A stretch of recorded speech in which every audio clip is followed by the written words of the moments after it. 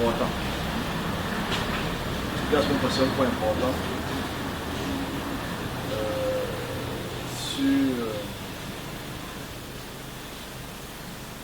les temples, les cultes et la loi. Aujourd'hui, je veux entrer dans le jalon de la loi et la culture. Ça m'intéresse un peu plus aujourd'hui. En 30 minutes, je ne peux pas aller plus loin que ça. Ça, c'est pour ceux qui nous écoutent. La loi et la culture. La loi et la culture vont de pair. Qui est culture, qui est une culture, il faut qu'on définisse une culture. Une culture, c'est des groupes sociaux, des groupes de personnes qui partagent en commun une religion, une langue, des modes vestimentaires, etc. C'est une culture généralement. Mais la culture est très très difficile à exprimer parce que nous sommes nés dans les cultures. Ces cultures nous enseignent beaucoup de choses au détriment de notre intelligence. Je reviens sur ce point de la culture parce que la loi et la culture vont de pair. Pour que les hommes restent dans un groupe, il faut des règles. Les règles qui les régissent, qui permettent, en fait, qui font en sorte qu'ils puissent vivre dans un certain mode de justice. Donc, la justice ou la loi et les cultures vont de pair. J'insiste dessus parce que on va peut-être se comprendre dans les secondes carrières. C'est pas très long aujourd'hui. Je suis fatigué, je ne sais pas. Donc, il faudrait donc qu'on puisse prendre la peine de comprendre déjà que la culture est une vraie barrière à la compréhension de ce qui est le créateur et de ce qui est d'abord de l'histoire. Une culture très très difficile. La vraie question qu'il faudrait qu'on se pose, pour ceux qui sont là, la vraie question qu'il faudrait qu'on se pose, c'est qui est né avant qui a créé quoi? C'est-à-dire, est-ce que celui qui a créé toutes choses précède la culture? Une question très intéressante pour ceux qui aiment réfléchir. Est-ce que le créateur précède? Est-ce que le créateur vient avant la culture? Ou le créateur vient après la culture? C'est des vraies questions qu'il faudrait qu'on puisse déjà élucider. Parce que pour la plupart des cultures, il faut qu'on essaie de démanteler une fois de plus les concepts culturels ensemble, en prenant des exemples endogènes, les exemples qui nous concernent, nous. Et on ne peut aussi prendre les exemples endogènes. Mais la culture, c'est ce qui regroupe, ce qui unit un groupe dans le sens de leur Dieu, de leur langue, de leur méthode culinaire, de leur méthode vestimentaire, de leur couleur de peau même souvent. Culture. Parce qu'en fait, il faut distinguer deux types de culture. Parce que le mot culture, qui vient du mot culte, qui vient des attitudes, des pratiques qu'on fait constamment, a évolué au cours des siècles et des millénaires. Mais j'insiste sur le mot culture. Parce qu'en fait, on est dans une culture abrahamique aujourd'hui. Je reviens parce qu'en fait, la culture abrahamique est notre respiration. Nous sommes dans une culture abrahamique, qu'on le veuille ou pas. On va expliquer pourquoi c'est une culture abrahamique. Mais il faudra d'abord qu'on s'appuie sur la qualité de la culture. Parce que j'ai causé avec quelqu'un hier sur une voyante apparemment sur Facebook. Et pour la plupart de ces personnes, bibliquement, Abraham est le, comment je vais dire, est le plafond de l'humanité. Abraham est le plafond du réceptacle de l'expression divine. Culturellement, qu'est-ce qu'on a appris d'Abraham? Isaac, Jacob, Moïse, Jésus, Mohamed et les diversités de groupes sectaires qu'on appelle sectes, parce qu'on m'a posé beaucoup de questions que je vais répondre. Je passe par là pour répondre à beaucoup de questions. Le vrai problème ici, c'est quelle est la culture abrahamique? Parce que d'abord définir la culture. La culture dans laquelle on se retrouve et on a des réflexions sur cette parole, on a des réflexions sur ces expressions, on écrit des livres à travers la culture, on écrit de la musique à travers la culture, on s'habille, on dort, on lit, on réfléchit, on médite par rapport à une culture. Sans la culture, les peuples sont vides. Voilà pourquoi on dit un peuple sans culture est perdu. Voilà l'une des raisons pour lesquelles les africanistes et d'autres pays, même la Chine aussi, est dans cette notion de retour à leur source, la culture. Mais est-ce que la vraie question qu'il faudrait qu'on se pose avant de chercher une identité culturelle, c'est est-ce que cette identité culturelle est une dénomination de la création ou une création de la création? Est-ce que c'est une dénomination? Est-ce que c'est celui qui a créé, qui veut qu'on soit dans cette culture? Ou est-ce que c'est une créature qui a créé une culture et qui nous impose cette culture? Et c'est là où le problème se pose, parce qu'en fait, les hommes et les femmes dans n'importe quelle dénomination géographique ont des cultures et peuvent tuer pour sa culture. Il y a des gens qui peuvent tuer pour le christianisme.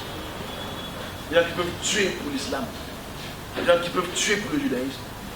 Il y a des gens qui peuvent tuer pour n'importe quel. Il y a des gens qui peuvent tuer pour la culture sawa. Il y a des gens qui peuvent tuer pour la culture béti. Il y a des gens qui peuvent tuer parce que tu peux porter atteinte à leur divinité. Et ils pensent qu'en te tuant, ils font du bien à leur Dieu ou à leur divinité.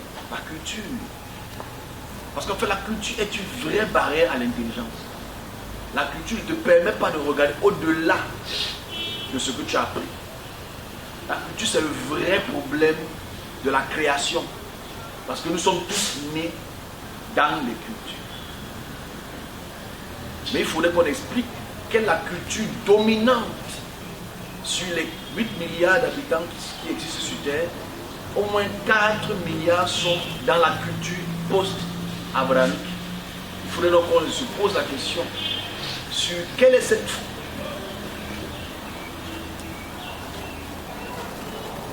culture, d'où vient cette culture, comment elle a pu être inculquée, comment on a pu accepter ces notions, irrespectif des erreurs, irrespectif des errances, irrespectif des fautes. Comment on a pu accepter une telle culture et que cette culture est dominante pour le point où tu ne peux même pas ouvrir ta bouche parce qu'on est arrivé à ce qu'on appelle la médiocrité intellectuelle. En fait, il a été interdit de réfléchir aujourd'hui à cause de ta culture. On va entrer dans les détails. Mais je veux le dire à tous ceux qui me suivent, parce que apparemment je suis un peu suivi, c'est que le facteur culturel est un facteur d'anesthésie cérébrale. En fait, ça ne te permet plus de réfléchir parce que c'est ton devant et ton derrière.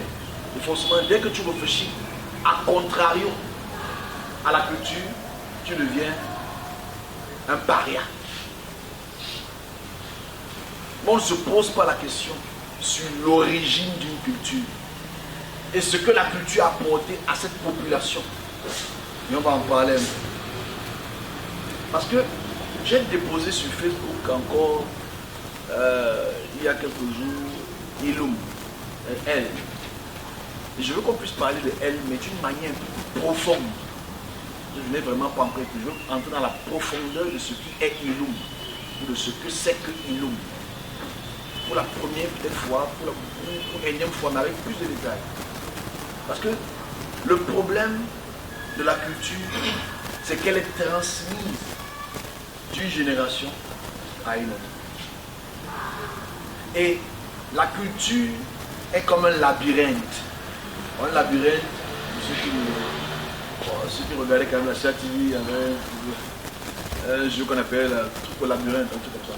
En fait, le labyrinthe, ce ne sont que des cages, okay, pour lesquelles, pour que tu trouves ta sortie, c'est difficile. C'est un labyrinthe. La culture est un labyrinthe pour lequel tu ne peux pas voir ce qu'il y a dans l'autre cloison.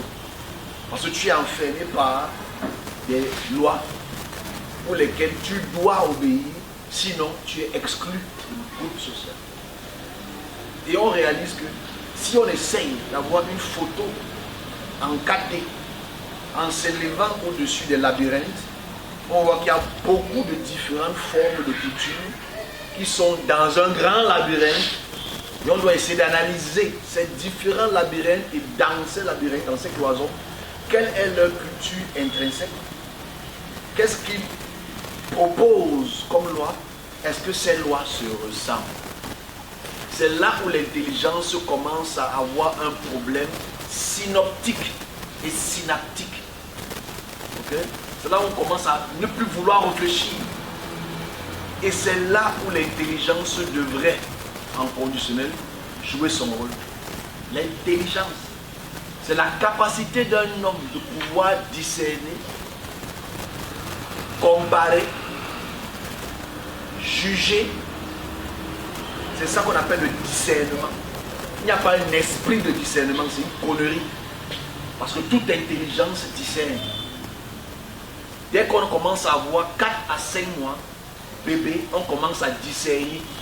Donc le discernement commence dès que tu es bébé. Tu commences à savoir où le sein de ta maman est. Tu commences à discerner le cri, l'appel de ta mère ou l'appel de ton père. Tu commences à un peu discerner les visages. Même si tu ne vois pas encore bien, tu commences à savoir si tu aimes le sucre ou le piment, parce qu'il y a des gens qui boivent les bières très jeunes. Je n'ai rien contre les parents qui font boire les bières aux enfants très jeunes. Ceux qui sourient, ceux qui sont des gens. Donc bref, le vrai problème ici, c'est que culturellement, on a un vrai problème. Aujourd'hui, nous sommes dans une génération pour laquelle la culture nous empêche la réflexion. Allons sur Abraham. La culture abrahamique englobe dans un grand labyrinthe avec beaucoup de micro-cages ou beaucoup de micro-sectes des différentes religions. Il dit bien la culture abrahamique englobe dans un grand labyrinthe des micro-cages pour lesquels à l'intérieur il y a des différentes cultures qui s'approprient leur législation. Je vais être démonstratif. Parce qu'en fait, ce qu'on a fait la semaine passée sur le Code Hammurabi ne devrait même plus être une discussion. On devrait poser une question que on devrait être clair que si le Code Hammurabi précède toutes les lois sémitiques, c'est que le Code Hammurabi se retrouve dans les Bibles quelconques ou les textes des musulmans, les textes des chrétiens, les textes des juifs. La question ne devait pas se poser sur la transmission de la connaissance. Ça ne devait pas se poser. Mais tu vois qu'en fait, culturellement, il y a ce qu'on appelle un blocage cérébral, que moi j'appelle une anesthésie générale, pas locale. En fait, tu ne veux pas pousser ta réflexion au-delà de ce que tu as appris. Alors que ton cerveau est appelé à réfléchir au-delà de ce que tu as appris. Abraham. Déjà, Abraham pose problème dans sa nomenclature ou son onomastique. Mais je ne suis pas là pour son onomastique. Le vrai problème qu'on m'a posé comme question, se passe par la culture, même si c'était une thématique que je voulais exploiter. C'est quand un juif, parce qu'en fait, je ne souhaite pas toucher le christianisme, parce que le christianisme n'est qu'un fruit du judaïsme. Sans le judaïsme, il n'y a pas de christianisme. Sans le judaïsme, il n'y a pas d'islam. Ce n'est pas un débat, c'est un fait. Comment? Parce que si les textes du judaïsme se retrouvent dans le christianisme et l'islam, c'est qu'il y a un emprunt. Ce n'est pas un débat, c'est un fait historiographique et chronologique. Parce que le judaïsme qui commence au 5e siècle avant l'ère du Christ, le christianisme commence au 1er siècle après le Christ.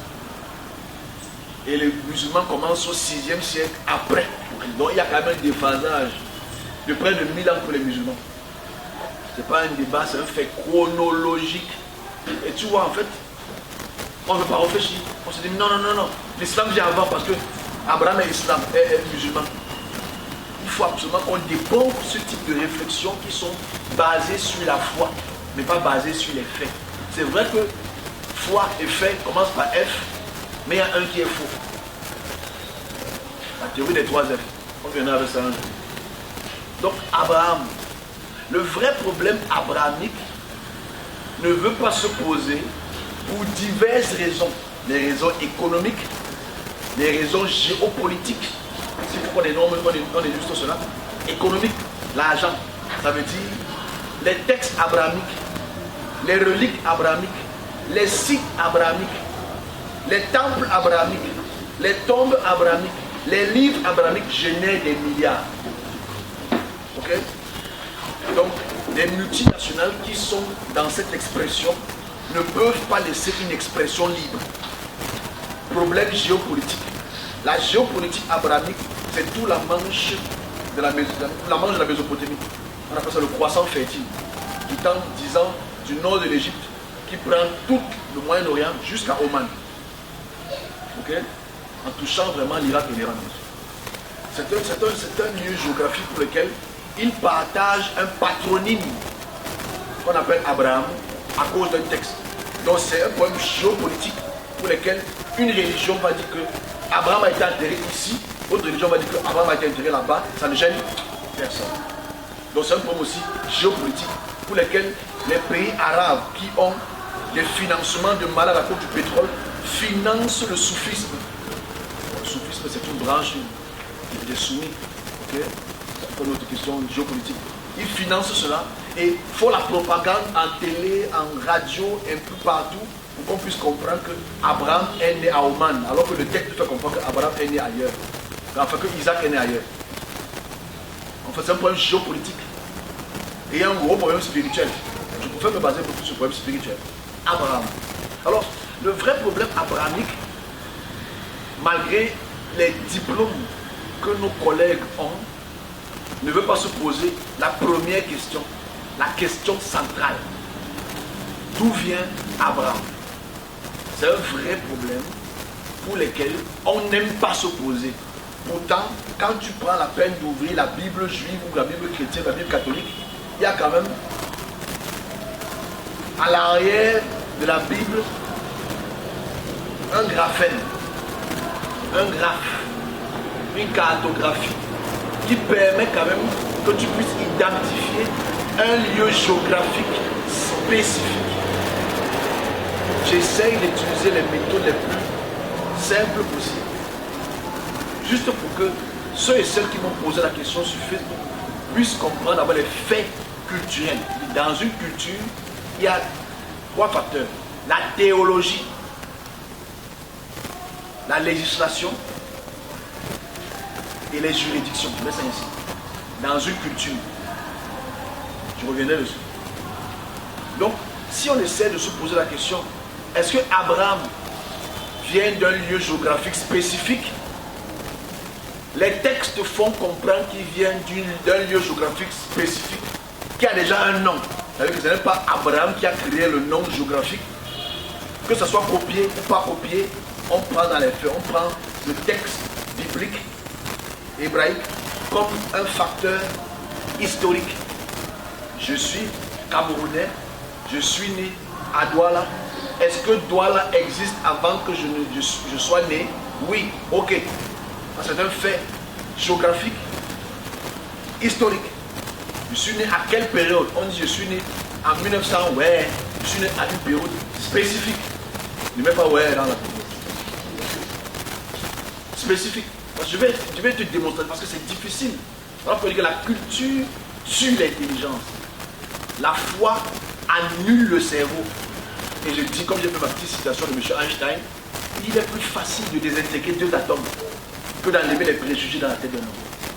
Bon, déjà, si tu as fait un peu de science, pour séparer un atome, il faut beaucoup de kilojoules. Ok? Et ça prend énormément d'énergie que d'enlever la tête d'un homme. Que la fille Bassa ne sait pas préparer, par exemple. C'est un exemple. Les préjugés. Bon, les doigts ne savent pas préparer. Voilà, c'est bon. Oh là là, j'ai touché un point névralgique. Donc en fait, ici, culturellement, il y a un problème. C'est-à-dire, si on essaie de voir le toponyme, topos, ça veut dire le lieu géographique. Si on essaie de voir le toponyme de Our, pour lesquels on dit qu'Abraham est né et est quitté de Our pour aller à Shachan avant de descendre à Canaan, On a 3 lieux géographiques, parce que sur la culture, hein, je veux frapper sur la culture pour essayer d'être dans la démonstration de ce que nous sommes aujourd'hui à travers une culture et sa transmission millénariste. Donc Abraham, bibliquement, a voyagé sur 3 lieux géographiques. Our, Charan et Canaan. Donc naturellement, ces lieux géographiques ont déjà un toponyme. Et s'ils ont un toponyme, ça veut dire que c'est quelqu'un qui a nommé cet endroit. Et si c'est quelqu'un qui a nommé cet endroit, c'est qu'il y a forcément un roi. Et dans ce royaume, il y a forcément une législation. Et dans cette législation, il y a forcément une divinité qui proclame cette législation. Pour que ce soit clair dans la démonstration que je vais essayer de montrer à mes collègues qui ne vont jamais écouter ça pour l'instant. Voilà pourquoi leurs collègues ont tout fait que le micro donne rien. Donc en réalité, le vrai problème ici, c'est cela. Il y a Our, il y a Charan. Alors Our, ça se trouve où? Our, ça vient de Nippur. On a exposé cela plusieurs fois. Je ne sais pas, il passe par ce point. Our, c'est Nippur. Nippur, c'est le sud de l'Irak. Sud-est de l'Irak. Qui est à la frontière de l'Afghanistan. Pour lequel l'Iran se trouve au nord. Pour lequel la Syrie se trouve à l'ouest de l'Iran. Qu'on appelle donc Charan. Donc ces lieux géographiques sont localisés aujourd'hui. Pourquoi? Parce que ces lieux géographiques regorgent d'informations d'écriture. Et que ces lieux géographiques ont une histoire. Elles ne sont pas tombées du ciel, mais elles ont une histoire, elles ont une culture, elles ont une théologie, elles ont une législation, elles ont des prêtres, elles ont des rois, elles ont des chanteurs, elles ont des hommes, elles ont des scribes. Si cette expression est comprise, c'est juste pour que mes collègues puissent comprendre les faits culturels. Mais le vrai problème c'est, quand Abraham sort de Our pour aller à Charan, pour descendre à Canaan, est-ce qu'il a appris sa propre culture? C'est-à-dire, Monsieur Abraham adore quelle divinité? Quelle est la divinité? Parce qu'en fait, dans toutes ces régions de la Mésopotamie, il y a des multitudes de dieux qui ont un dieu suprême qu'on connaît, qui s'appelle Ilum, ou El, ou Enlil, c'est la même chose, qui s'est transformé en Marduk après, pas importe, et Shamash, plus ou moins les dieux qui se synchronisent. Donc le vrai problème ici c'est, si on parvient à trouver les textes de Our, d'Ugarit, de Charan, de Canaan, est-ce que ça pourrait nous instruire?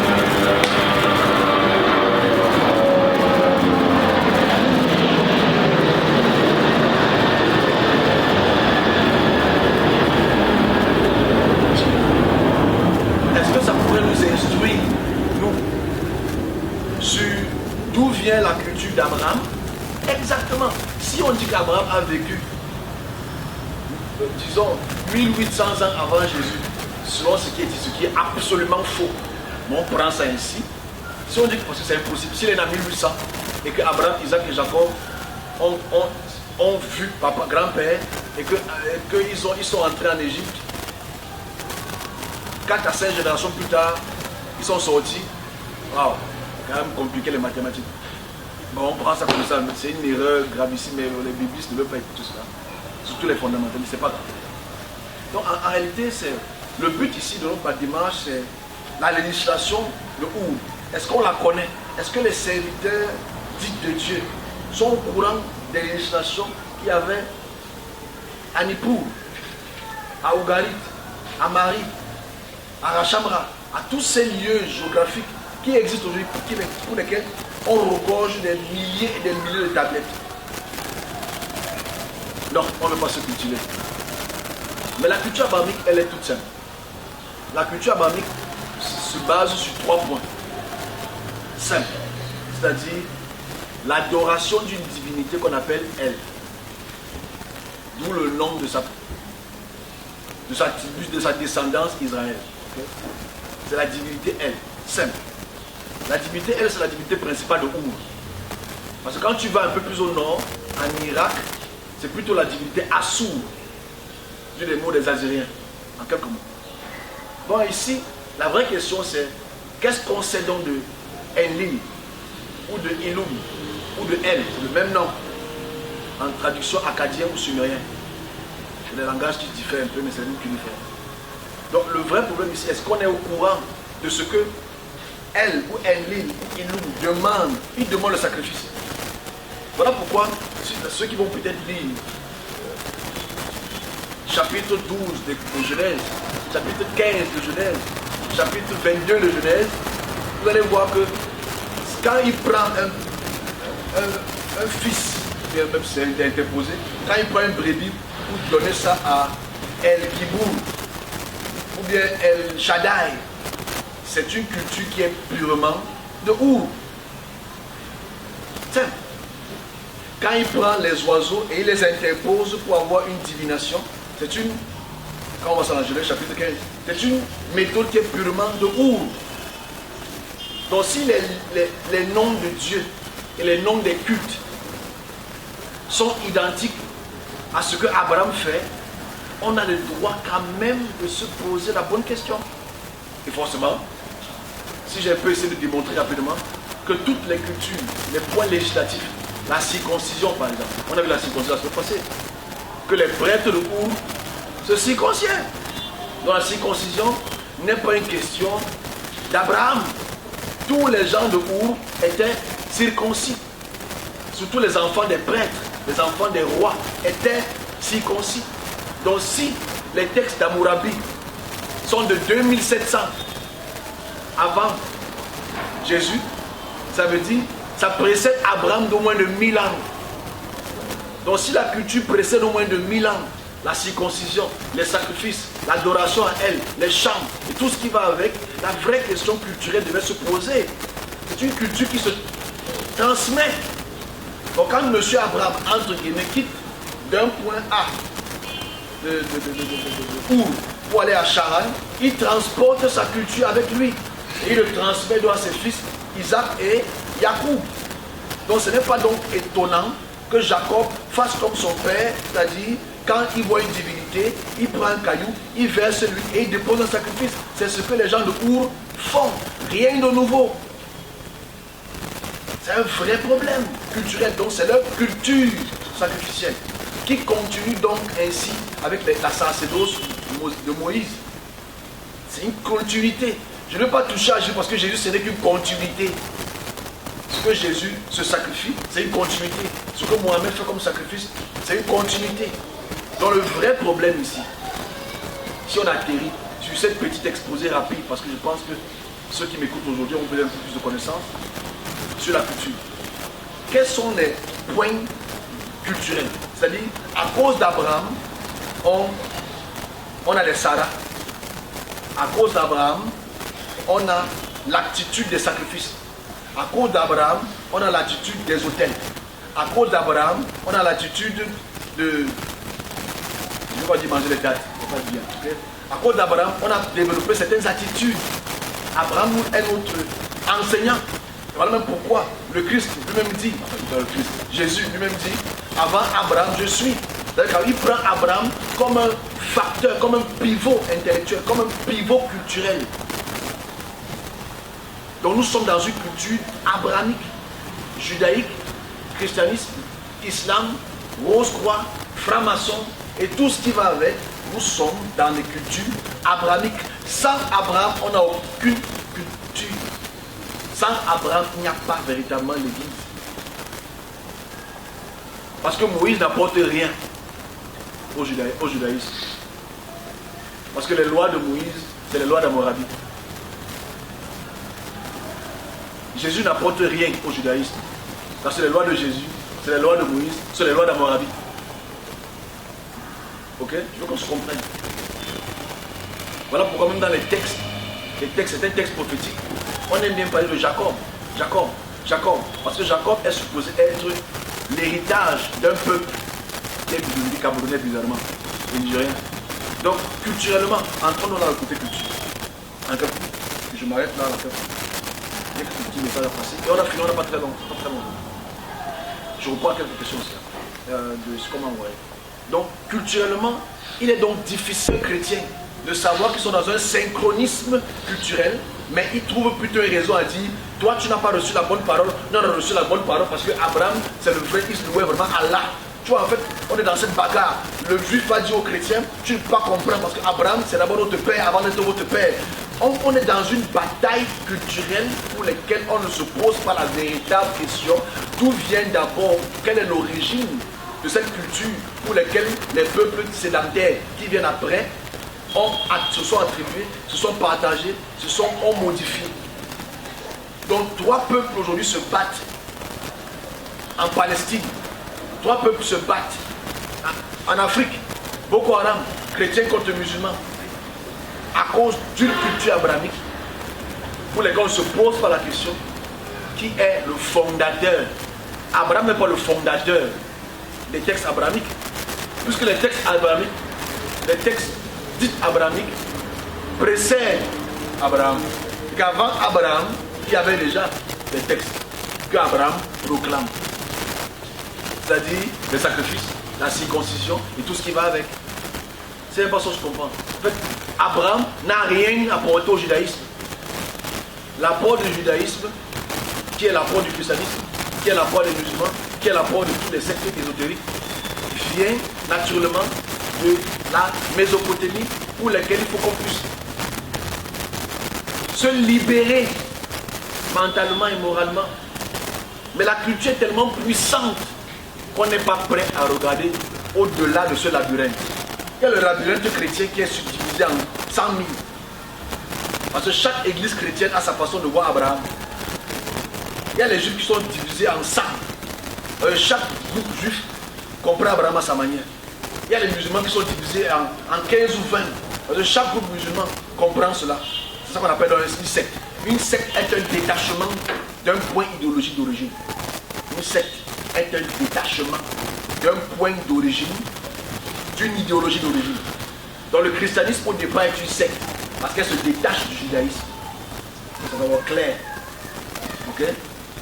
Les musulmans sont d'abord une secte parce qu'elle se détache du christianisme et ce qu'on appelle aussi comment on appelle cette religion là? Religion du 2e, 3e siècle. Comment on appelle ça? Ça reviendra.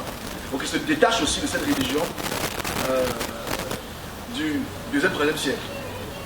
Et forcément, dans cette logique, il faudrait qu'on puisse s'élever un peu plus haut de ce labyrinthe et d'avoir des vraies réflexions qui pourraient nous apporter des solutions. Eux de rester culturellement anesthésiés sur Abraham conquis matin, midi, soir, qu'on vous enseigne Abraham matin, midi, soir, et c'est un vrai problème. Donc en fait, ici, dans cette démonstration, c'est juste pour faire comprendre que culturellement, Abraham, la culture d'Abraham a été une continuité des logiques de Our, des régions qu'on appelle les Our. Maintenant, quelle est la solution? En quel projet fait? C'est d'abord d'avoir l'intelligence d'aller vérifier la source, comparer la source. Parce que de là, la solution est. Parce que si je parle d'Ilum, parce qu'en fait, Ilum est la divinité principale de Our. Ilum est la représentation d'un grand lion, qui a aussi évolué au cours des millénaires. Et ce Ilum est ce que le chrétien adore aujourd'hui, en disant le roi de Juda, le nom de Juda, tout ce qui va avec. Et c'est un vrai problème aujourd'hui, que nous on ne sait même pas qui ont pris. Les chrétiens ne savent pas qui prie. Enfin, ils pensent qu'ils savent, mais ils ne savent pas.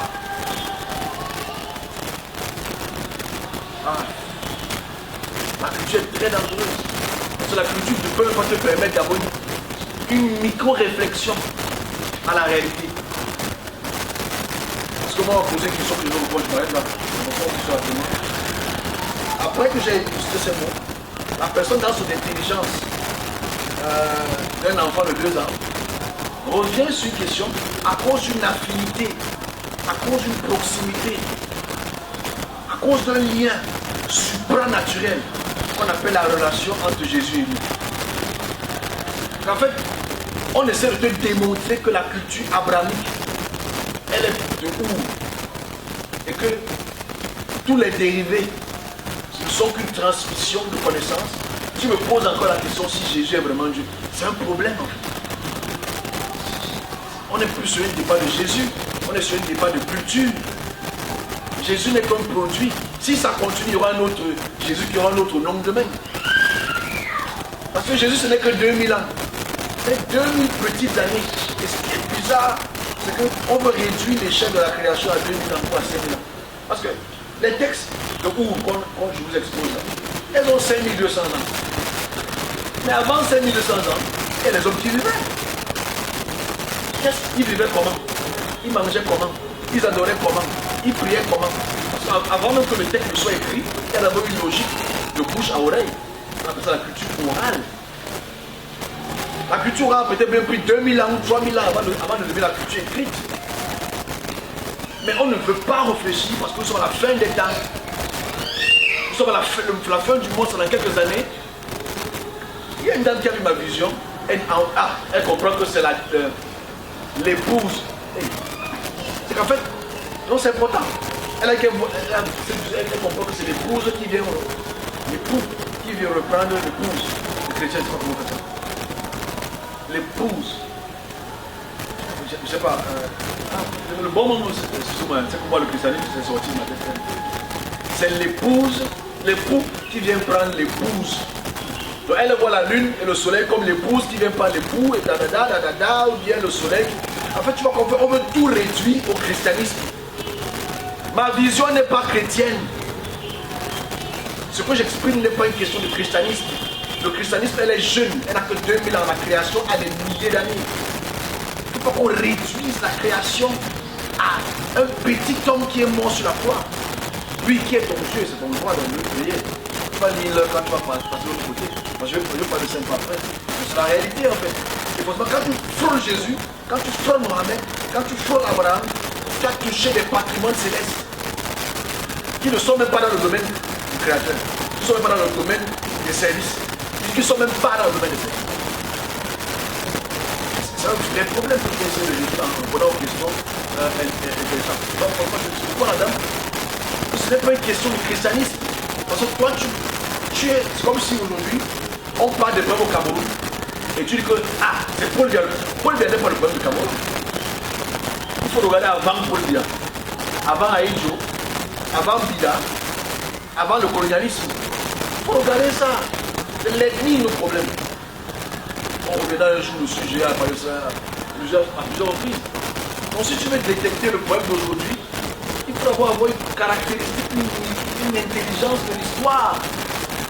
Ce qui nous manque. Parce qu'on va rabababa, et on va crier comme ça. Et voilà. Culturellement, c'est un gap intellectuel. Donc, en clôture, je m'arrête. La culture, donc pour moi et pour beaucoup de gens qui veulent réfléchir, est une anesthésie de réflexion. La culture empêche de réfléchir au-delà de ta pensée. Parce que tu es couvert par une législation. Tu es dominé par des lois. Ces lois t'enseignent comment te lever, te coucher, dormir. Au-delà de cette loi, tu es perdu. L'humain, en dehors de sa culture, se sent vide. Se sent sans racine. Mais la vraie question en culture, je m'arrête là et je reprends l'autre question qu'on m'a posée, c'est est-ce que le Créateur qui a créé ce monde-ci précède toutes les cultures? Je répète, est-ce que celui qui a créé nous, les hommes, les animaux, les plantes, sous l'eau, sous la mer, tout ce qu'on peut décrire dans la création, qu'on ne connaît même pas tout, est-ce qu'il est dans une de ces cultures? C'est la vraie question. Parce que chacune de ces cultures veut te démontrer qu'à travers un texte, nous sommes les premiers, nous sommes les plus anciens, nous sommes les premières personnes qui ont écrit. Dieu s'est révélé en arabe, Dieu s'est révélé en hébreu, Dieu s'est révélé en copte, Dieu s'est révélé en cuniforme. Chacune de ces cultures proclame leur divinité ou les Suméro-Acadiens, c'est le dieu Nabu qui donne la connaissance. Pour les divinités égyptiennes, c'est Thoth. Pour le judaïsme, c'est Dieu lui-même. J'ai regardé quelque chose de sa main. Chacune de ces cultures proclame, mais qui a vraiment vu la création? Entre qui de ces peuples connaît vraiment ce qui est le Créateur? Aucune. Parce que tous partagent un même patronyme culture. Je répète encore. Qui d'entre ces cultures connaissent le Créateur? Qui d'entre ces cultures connaissent ce que le Créateur veut? Aucune. Parce que du judaïsme au christianisme, à l'islam, au kamite, tous partagent une même culture en commun. C'est-à-dire la création se ressemble. Le rapport homme à esprit se ressemble. Les cultes se ressemblent. Les prêtres se ressemblent. Les méthodes d'adoration se ressemblent. Les méthodes de libation se ressemblent. Les méthodes de purification se ressemblent. Si tous ces facteurs culturels se ressemblent et tous proclament qu'ils sont créateurs, il y a un problème de la créature. La culture est un poison de l'intelligence. Mais il est difficile pour nous de nous séparer de nos cultures. Parce qu'on risque d'avoir des ennemis dans nos familles, des ennemis dans nos villages, des ennemis autour de nous. Mais on est seul, on meurt seul. Ça c'est la réalité. On est seul, on ne voit pas les jumeaux. Même les jumeaux, il y a un petit décalage. Mais on est seul, on meurt seul. Bon oui, il y a aussi les meurtres de masse. Ok? Même si on vous tombe de l'avion, boum. Chacun sait combien il meurt à son rythme. On ne meurt pas le même temps. Okay? Donc la réalité est que nous ne laissons pas la culture dominer sur notre intelligence. Laissons notre intelligence dominer sur la culture. C'est ça le vrai problème. Et à cause de la culture, il veut susciter un souffle.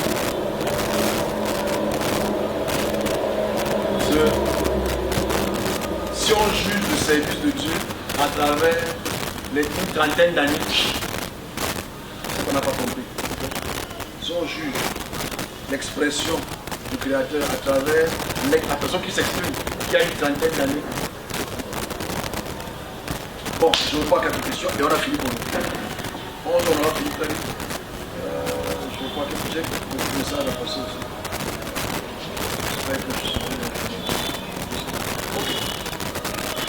Je vois quelques questions. On m'a posé quelques questions sur la réincarnation. Donc, je vais définir le mot réincarnation. Et restitution. Là, c'est pas la réincarnation. On a parlé. C'est très intéressant la réincarnation. C'est le sujet qui me font peur dans la réflexion, surtout la réflexion chrétienne. D'abord, il y a le mot incarné. Il faut d'abord savoir qu'on appelle une incarnation avant de comprendre qu'on appelle une réincarnation. Okay? Parce que pour que tu sois réincarné, il faut que tu sois incarné. Donc, le mot incarnation en français, parce que ça veut dire être né sous une forme ou être créé sous une forme. On appelle incarné. Réincarné veut dire donc revenir sur une forme ou revenir sur une autre forme. C'est français facile. Donc le vrai problème ici, avant qu'on je pense que c'est une question très intéressante, ça va intéresser c'est l'incarnation. Déjà, le vrai problème, c'est la structure, la compréhension de la structure de la création. C'est-à-dire, est-ce que celui qui nous a créé pour qu'on réincarne, ou c'est notre réflexion philosophique de la réincarnation? Est-ce qu'il y a ceux qui peuvent réincarner? Est-ce qu'il y a ceux qui ne peuvent pas réincarner? Point commun encore avec les cultures du monde. Toutes les cultures du monde parlent de la réincarnation. Mais couvrent ça sous d'autres regards de résurrection, de retour. Le judaïsme parle de réincarnation. Ce n'est pas un débat, c'est un fait. Puisque Élie est supposé revenir. Réincarné. Ok? Un autre Moïse est supposé venir, qui est Jésus. On parle d'Enoch, c'est une réincarnation. Il est monté au ciel avec ses amis, tout ça, et il est forcément revenu. La réincarnation est du judaïsme. Parce que les propos rabbiniques, les rabbins, ce sont des sages juifs. On ne peut pas les appeler les sages. Parce qu'on ne sait pas, ils ne sont pas sages. Ce sont des vieux hommes juifs qui ont des réflexions sur ce qu'on appelle la réincarnation, dans le sens des 7 cieux et des 7 enfers. Parce qu'en fait, pour la cosmogonie juive, ce qu'on explique d'abord la cosmogonie, c'est qu'il y a 7 cieux, il y a 7 enfers, il y a 7 cieux. C'est-à-dire, quand tu fais du mal sur terre, quand tu ne bénis pas la loi donnée ou dite, il est fort probable que de l'Égypte en Mésopotamie, tu passes par des systèmes d'épuration, pas de purification, des systèmes d'épuration de l'âme. Donc, du 7e ciel du 7e enfer au 1er enfer, que tu puisses entrer donc au 7e ciel jusqu'au 1er ciel. Donc, c'est un chemin que tu parcours pour lequel, quand tu écoutes des rabbins, franchement, tu peux te pisser dessus. Parce qu'ils peuvent t'expliquer comment Salomon est quitté du premier, parce qu'il a peut-être beaucoup de femmes. Il a fallu que son père vienne le sauver de l'enfer. Tu écoutes les rabbins, tu peux te pisser dessus. C'est les réflexions rabbiniques pour lesquelles les pasteurs ont appelé pâte salée. C'est pas ensemble. Il y a un problème. De là qu'il n'y a pas cette cieux, il n'y a pas cet enfer. C'est une connerie qu'il faut absolument faire une ablation cérébrale sévère, un curetage avec le couteau et la pénicilline. Non, c'est vrai, parce qu'en fait, il faut masser le cerveau. Parce qu'en fait, la réincarnation est un sujet qui est utopique. Il faudrait que les services de Dieu puissent s'asseoir et de donner la réalité. Parce qu'en fait, pour qu'il y ait réincarnation, il faut absolument que tu puisses passer par ces systèmes d'épuration avant de revenir sur une même forme ou sur d'autres formes. Les bouddhistes ont la réincarnation. Les Indiens ont la réincarnation. Les Africains ont la réincarnation. Mais est-ce que la réincarnation pour eux, ce n'est pas la résurrection? Ou bien, est-ce que la réincarnation pour eux, ce n'est pas un mode de réapparition d'un esprit qui est dans un domaine? Il faut comprendre vraiment les domaines. Parce qu'en fait, allons-y un peu, on va prendre ensemble. Celui qui dort, le coup de pas son œil, dit à son oreille. Je veux qu'on passe par l'Afrique, on va en Mésopotamie et on va en Asie. Pour cette culture, je les connais parce que je suis entré dans leur domaine. Donc, je ne parle pas comme un prophète, je parle comme celui qui est entré dans leur domaine, les plus puissants. Donc, je peux avoir une expression de ce que c'est que l'incompréhension utopique de ce que les peuples et les cultures prennent pour réincarnation. Parce que jusqu'à preuve du contraire, la réincarnation est une utopie. J'ai expliqué comment ça se passe et pourquoi ce n'est pas une réincarnation, mais c'est une attribution spirituelle.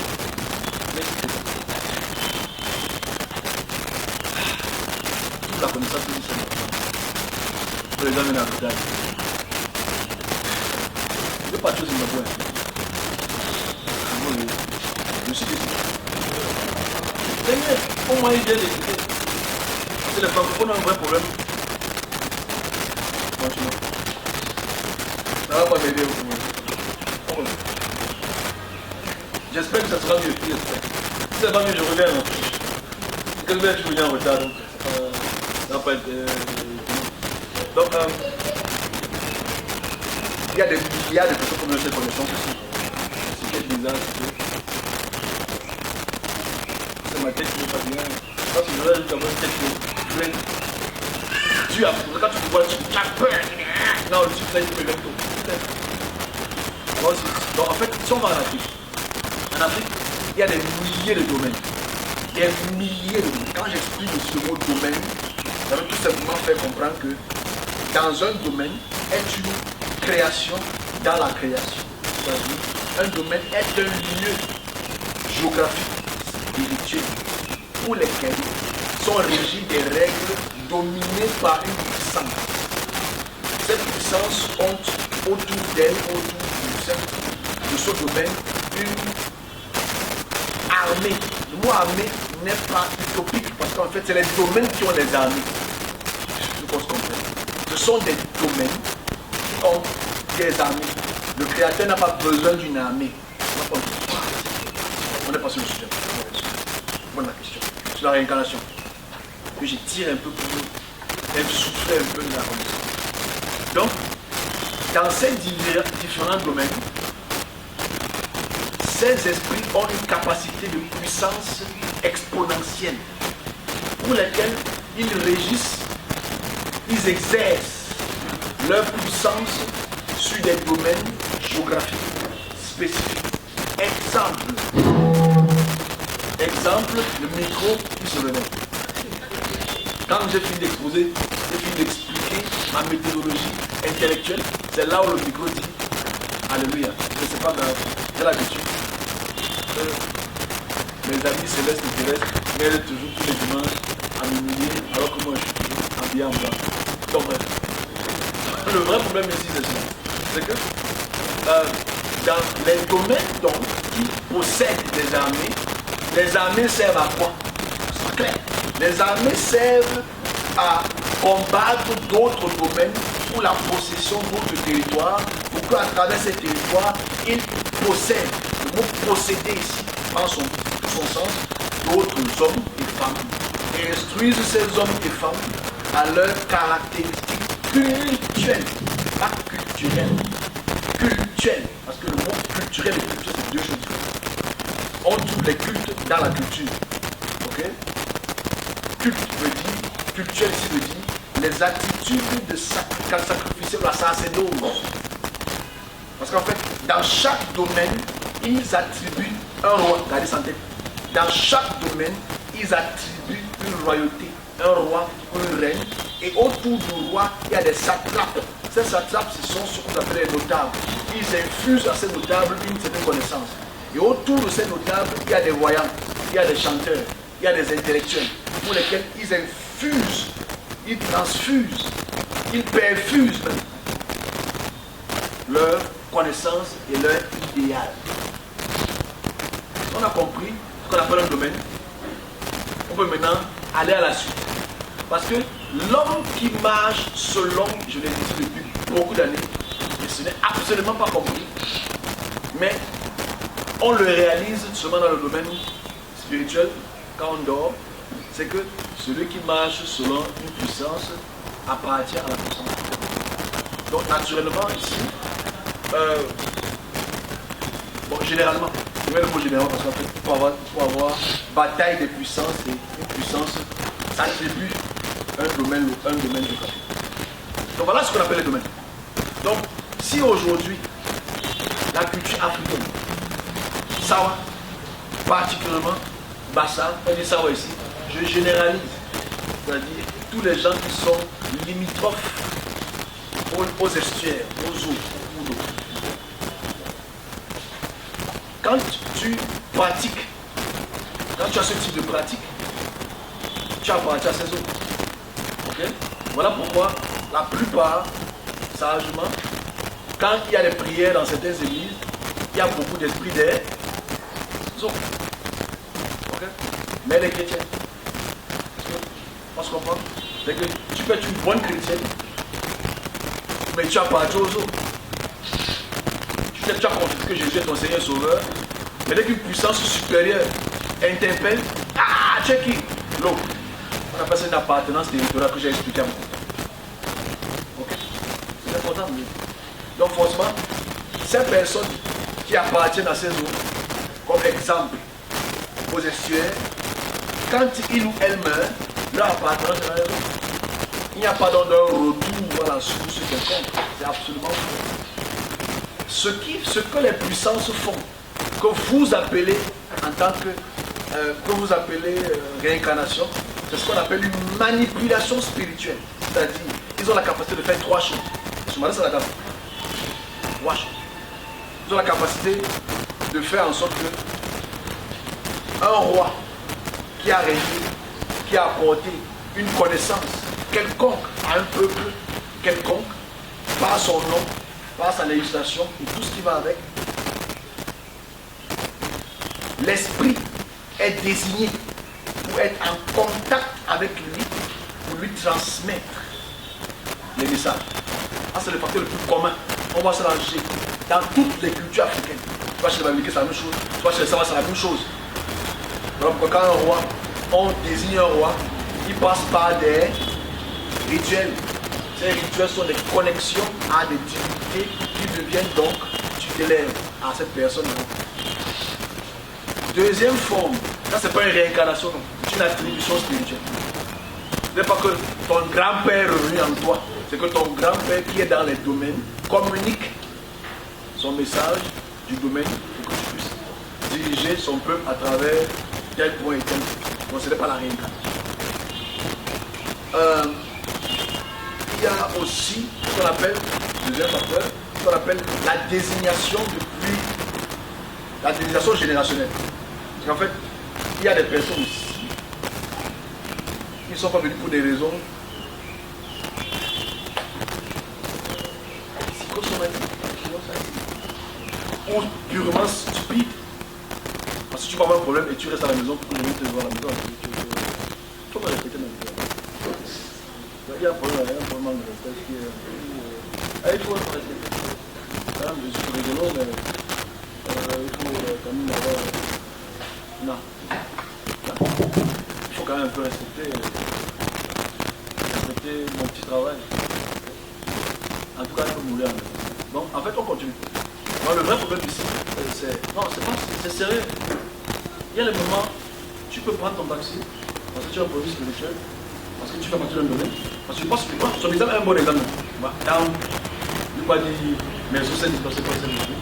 Mais c'est quelqu'un qui a été désigné d'être voyante dans son village. Vous comprenez? La personne était ici à 4, 3, 10, 20 dimanches. Quand je vois la personne, je vois, tu es. Je te vois. Je continue. Je te vois, tu es devant une très grande foule et tu guéris les gens. Oui, on m'a appelé pour guérir les gens dans mon village. Quand je passe dans mon village, toutes les grand-mères,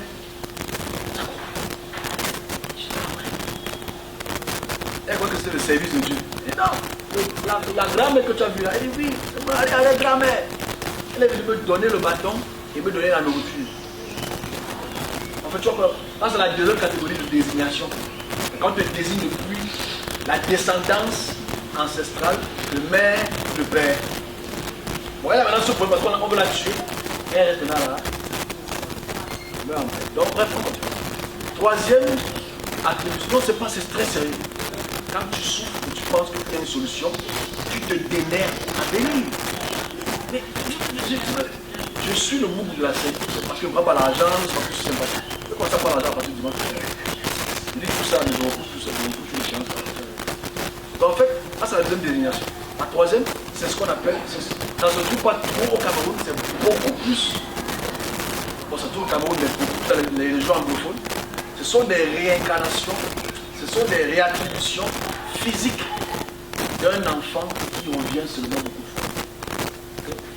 Mais quand un enfant peut revenir 3, 4, 5, 6 fois, ce n'est pas la réincarnation, mais c'est une manipulation spirituelle.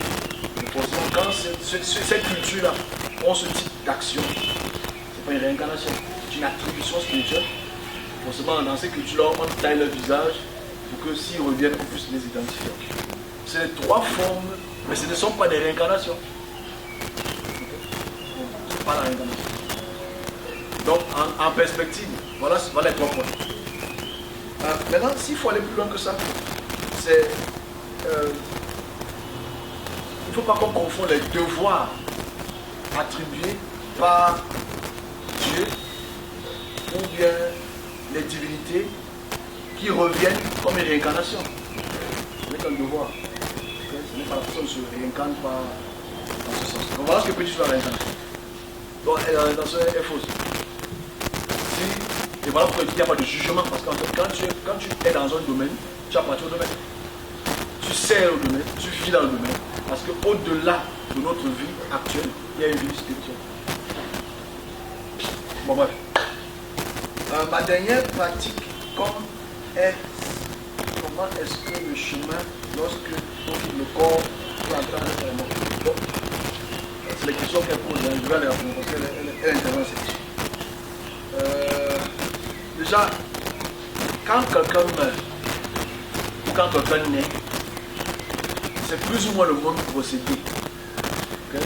quand quelqu'un naît, en fait, dans la croissance du fœtus, pendant le nombre de semaines que ça prend, jusqu'à la naissance, c'est un processus qui prend près de 9 mois. Généralement 9. C'est un processus qui prend. Et c'est une entrée d'un homme ou d'une femme dans un monde physique charnel. Et à ce moment-là, naturellement, c'est le moment, comme j'expliquais pour le deuxième cas de figure, c'est là où on désigne des hommes, des femmes dans les domaines pour avoir différentes formes de pratiques. C'est là où on désigne le plus d'enfants. Voilà pourquoi certaines cultures, quand tu es enceinte, que tu pars au village, certaines personnes ont l'habitude de toucher ton ventre. Ok?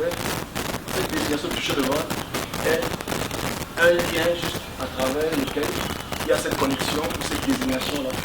Puis à travers ton cordon ombilical, ou bien avant la naissance. S'il y a beaucoup de trafic, il y a beaucoup de trafic de fœtus pendant la grossesse. Jusqu'à peut-être 6-7 mois. Spirituellement. Ce n'est pas la question, s'il y a une question de si je vais expliquer ce qui se passe vraiment et à quoi sert ce fœtus dans le sens physique et dans le sens scientifique. Donc en fait, quand donc quelqu'un meurt, c'est un portail qui est ouvert vers ta destination pour laquelle tu as marché dans n'importe quelle législation qui appartient à n'importe quel domaine. Donc ouais, c'est que ce portail est ouvert. Voilà pourquoi pendant les deuils c'est très dangereux. Les deuils sont trop dangereux. Pourquoi les deuils? Je n'ai pas de parler au deuil. Les deuils sont dangereux parce que dans la période de la mort d'un homme ou d'une femme, le portail de ce domaine est wide open.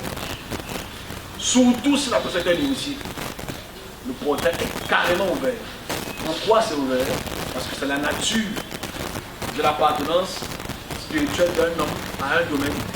Et au-delà de toute chose, ce qui accentue encore cela, c'est la caractéristique de libation qu'on fait. Quand la personne est morte, nous on prend le vin, on prend la nourriture, on verse au sol, on fait des rituels. Le portail est ouvert, c'est forcément par là. Beaucoup de gens sont attaqués, les plus faibles sont attaqués. C'est vrai que moi je ne trouve pas la question de la dame.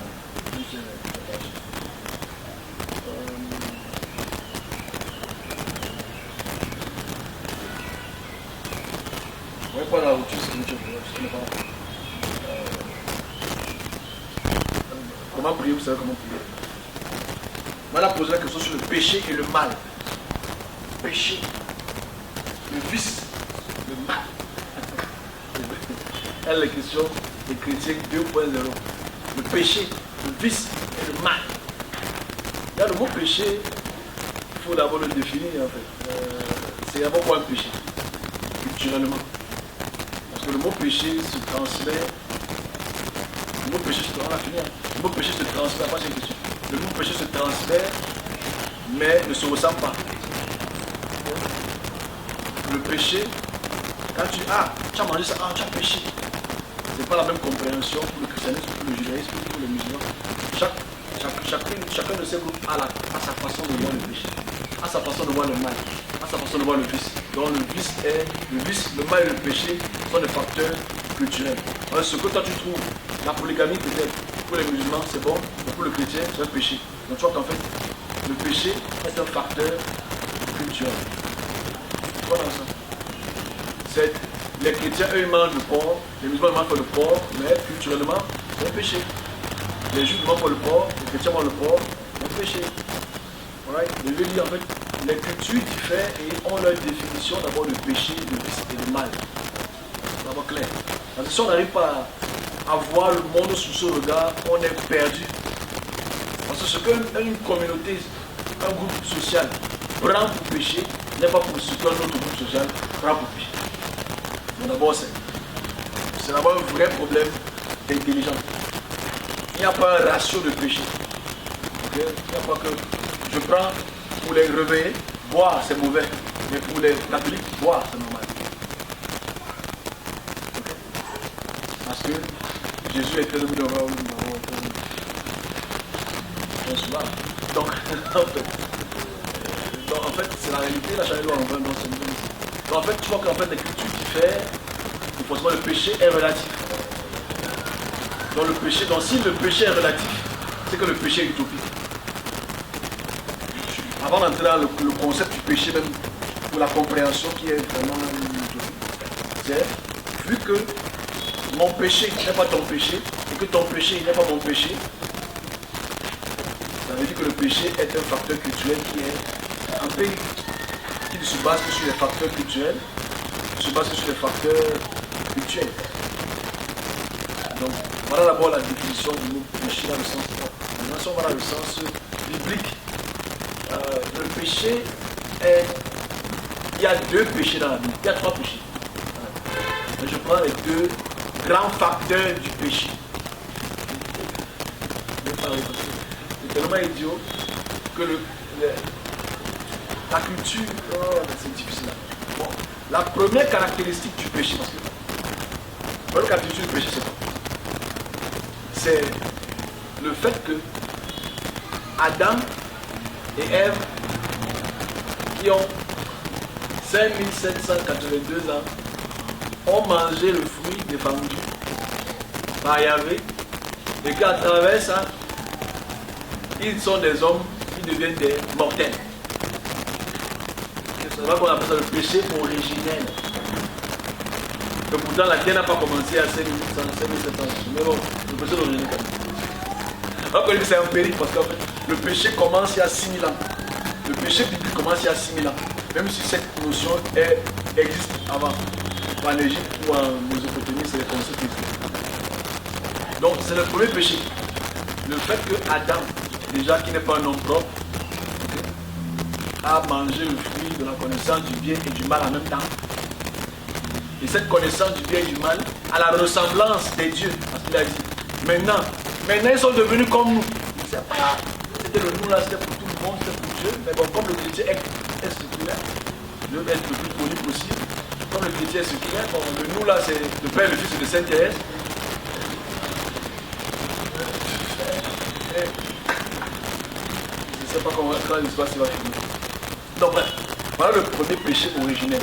Donc, tous les hommes donc, sont mortels par rapport à la réflexion rabbinique. On meurt donc à cause du fait qu'on ait mangé le fruit qui nous donnera à la mort. Voilà pourquoi tous les hommes meurent. Par ricochet, les animaux meurent aussi. Ils ont sûrement goûté. Non, ils ont goûté. Ils ont goûté. Mais quand le fruit est tombé, bam. Ils ont goûté. Ah, chacun comme ça. Les feuilles aussi même là, comme ils ont goûté aussi au fruit, ils meurent. Les rochers aussi ont goûté au fruit, ils meurent. Tout le monde meurt parce que... Voilà. Le cerveau ne veut même plus réfléchir à cause de la forme. C'est-à-dire l'anesthésie locale.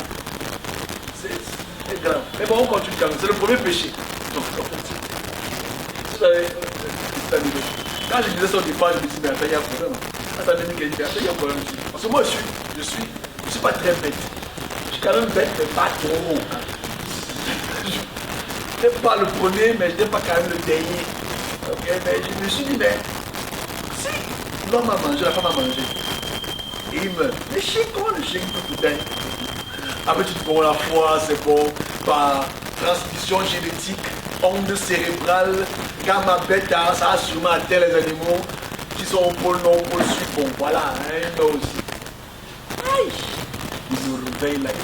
Mais la foi, on continue le péché. Excusez-moi, le péché. Je reviens, je prends encore mes excuses. Ça fait très mal. Voilà le premier péché. Le fait que l'homme est mangé, le fait que Adam devient l'homme du sable et du sang, et manger le fruit, c'est ça qu'on appelle dans le fruit le péché originel. Mais le deuxième péché est autre. Parce qu'en fait, à travers ça, tous les hommes meurent. Mais il y a différentes cultures. Mais la transgression d'une loi, c'est ça qu'on appelle le péché.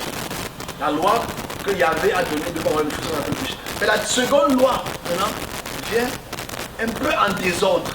Parce que la loi, disons, sacerdotale, des prêtres, Quand on voit chez Noé, quand on voit chez Caïn et Abel, c'est compliqué quand même de savoir que ça vient, c'est du 6e siècle avant Jésus.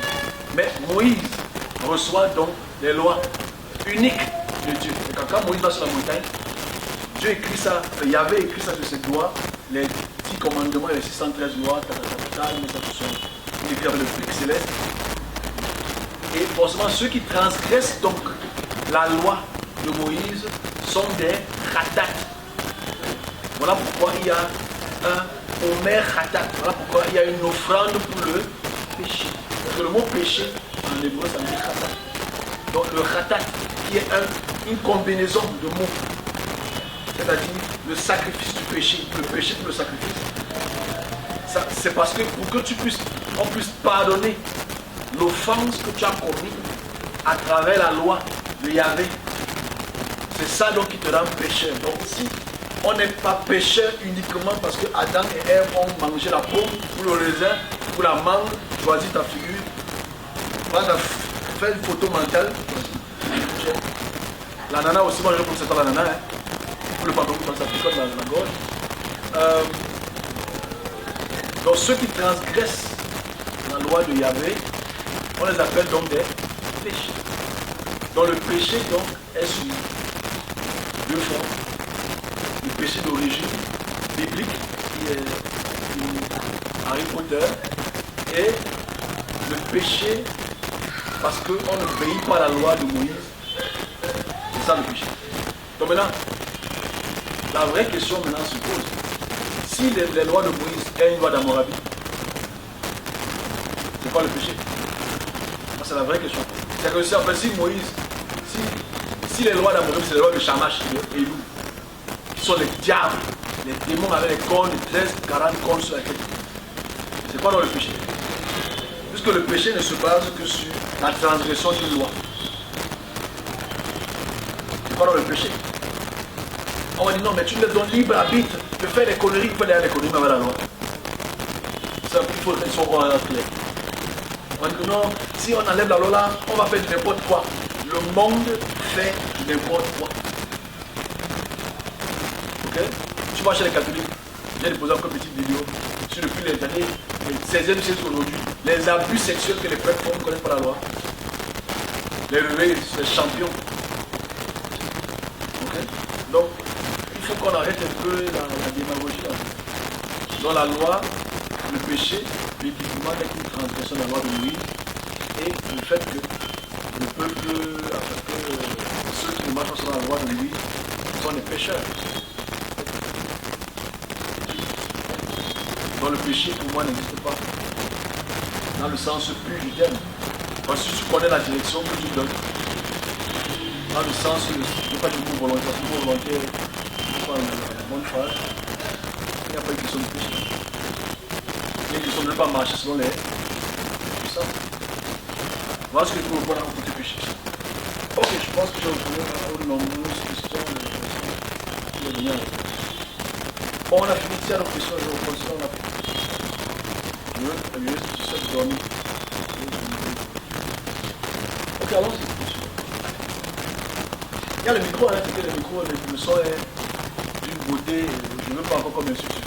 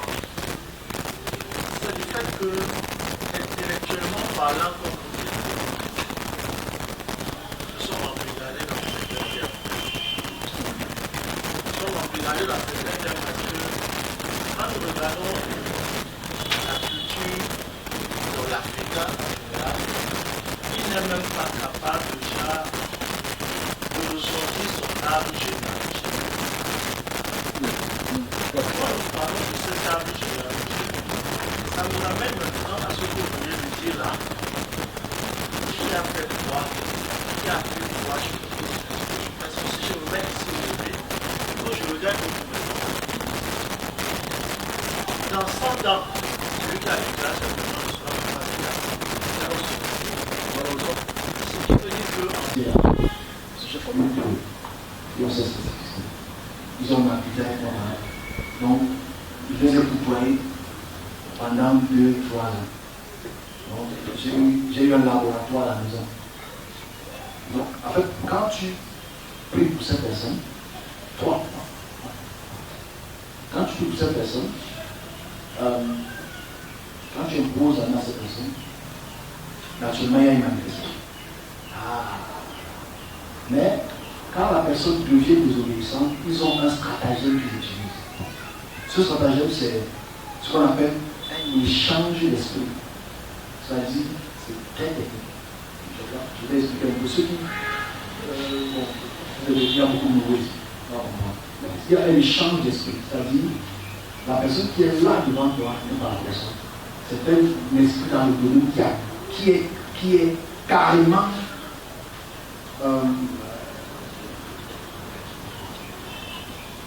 Moi, je vais dire ça. Puppet, on appelle ça puppet en français. Marionnette.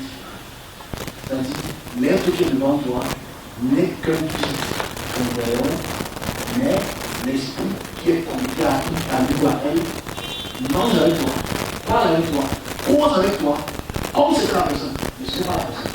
On s'entend? On parle de ça, c'est très intéressant. Je ne dis pas les choses qu'on a dit, je dis les choses que j'ai vécues pendant 18, 19 ans. Donc, des personnes comme elles sont avec moi, 3 semaines, 1 mois, 2 mois, même pas eux, ils partent à l'école le matin, ils n'ont pas l'école. Ils ne sont pas à l'école, ils dorment. Ils viennent à l'école. Quand ils reviennent, ils tombent dans le portable, il y a une charge de puissance de frappe, ils prennent la force, ils se lèvent, ils font comme c'était. C'est quand tu commences à poser la question, qui est ton père s'appelle comment? Moi, je vais faire là. Ton père s'appelle comment? Moi, ça réfléchit sur son père aussi. Moi, ça arrive. Alors, je comprends. Maintenant, quand j'ai plus poussé spirituellement, malheureusement, pour moi, j'avais la première reconnaissance. Comme le fait qu'ils ne sont pas très vifs, la maison, c'est inconfortable. Je les inconfortable. Si tu as l'esprit bien, c'est confortable. Si tu as l'esprit bizarre, c'est inconfortable. En fait, tu réalises que un moment est parti se ressourcer à l'extérieur pour revenir plus fort pour le déranger. Donc, en fait, ici, tu réalises que ces personnes ne sont pas dans le corps. Par des semaines et des mois, même tu peux absolument faire. Ce n'est pas une réincarnation, c'est une manipulation. Alors que je cite sur vous, c'est pas une réincarnation. C'est des choses que je cherche pour lesquelles, pour sortir ces personnes de ces domaines, il faut que tu aies une caractéristique spirituelle déjà pour pouvoir entrer dans ce domaine et échanger maintenant. Pourquoi la chose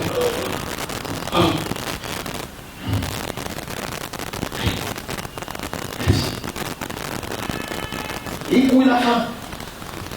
Donc tu réalises qu'en fait, c'est vrai que là, ce que je dis, c'est pas ça dérange personne, ça ne peut pas voir.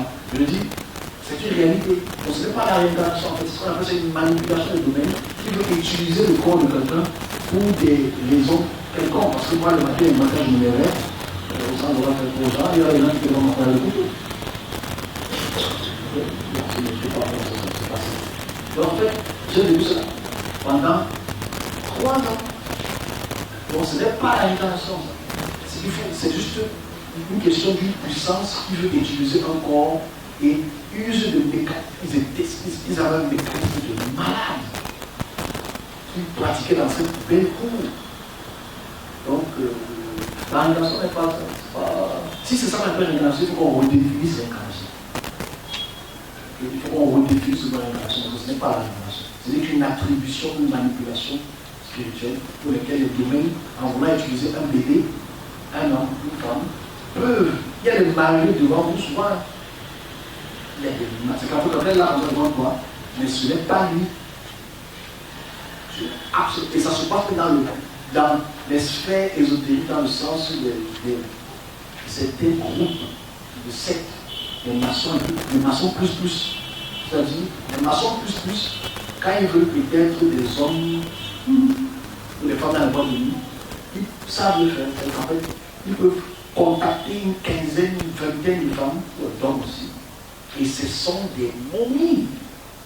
Et si on a le droit de dire comme ça, oui, j'ai des vies, on part. Tu crois que tu es beau mal. Donc tu es beau mal. En fait, c'est pas facile. Mais moi, ce que je veux dire à ce sujet-là, donc, c'est pas la réincarnation. Donc, on fait ça depuis le fœtus ou depuis le bébé. Donc, forcément, quand on retrouve donc l'enfant a la caractéristique de maladie,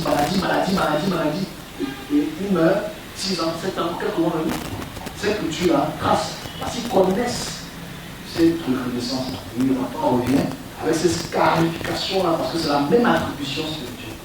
C'est l'esprit que tu as scarifié qui se répercute sur le corps. Vous qui voyez ce retour visuel, comment expliquer tout cela? Parce que pour comprendre la dimension des choses dans le sens que vous dites là, il faut déjà avoir une certaine culture de ce que vous êtes en train. Parce que nous là maintenant, on se dit averti. Mais papa qui a eu ça il y a 50 ans et qui n'a pas eu les explications que vous dites, qu'est-ce qu'il va dire de cela?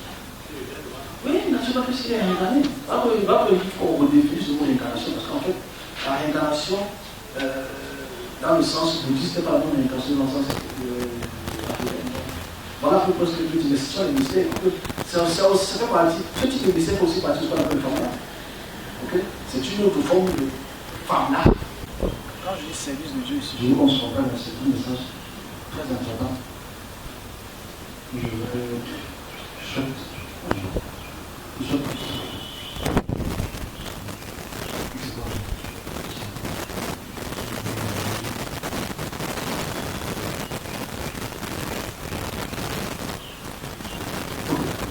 prends encore le Seigneur.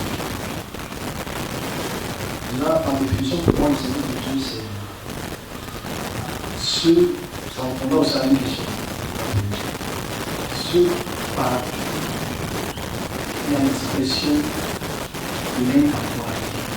Ceux par l'esprit, à travers le temps, les événements qui arriveront à la société.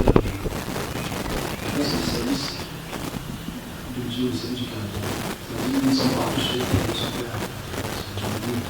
Ils s'éliminent, s'expriment, chacun sa manière, et messages comme ça la société. C'est un message, un énième message. Un énième message qui concerne les collègues.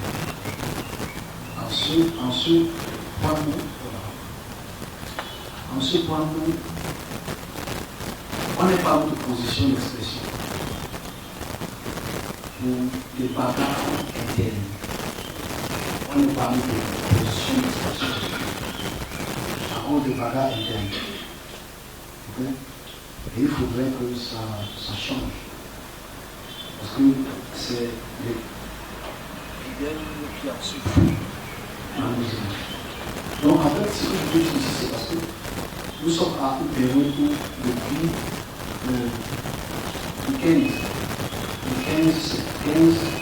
le 16 septembre, il y a une évolution dans la commande du service qui va commencer à se manifester dans le service en général, et les serviteurs vont peut-être un peu en souffrir. Okay? En souffrir des situations que je vais être sage. Ça va pour les peurs. En 2020, le 16 novembre 2020, j'ai vu certaines choses qui concernent le service. J'ai encore essayé de le commencer. Ça puisse être mieux compris. Et beaucoup d'intelligence, beaucoup de recherche pour arriver à cette première conclusion. Je suis dans un domaine qui voit l'évolution des dieux, des divinités, des domaines devant les yeux. Et je vois la transformation d'une puissance minéraliste qui est la représentation d'un animal, d'un quadrupède, d'un félin. Et à la suite de là, aussi dans ce que je dis, ce félin se fait absorber, manger par une entité qui est comme un lion. Cette entité qui est comme un lion mange cette puissance qui est la puissance. Elle devient très grande, très grande, très grande. Mais les yeux, c'est la particularité, c'est les yeux du léopard qui était encore là, le fixaient juste derrière de la côte. Juste derrière, avec plusieurs domaines. C'était en midi, j'étais dans ces domaines, pas en tant que captif, mais en tant qu'observateur. Des raisons qu'il faut aussi régulièrement. Donc quand ce domaine devient hyper grand, ce lion devient grand, ce lion brise la cage, et elle a été très puissante. La puissance qui était vraiment tremblante. Moi j'avais un peu peur, parce que je me posais la question à l'ange qui est à côté de moi, de qu'est-ce que tu m'as mis faire à ce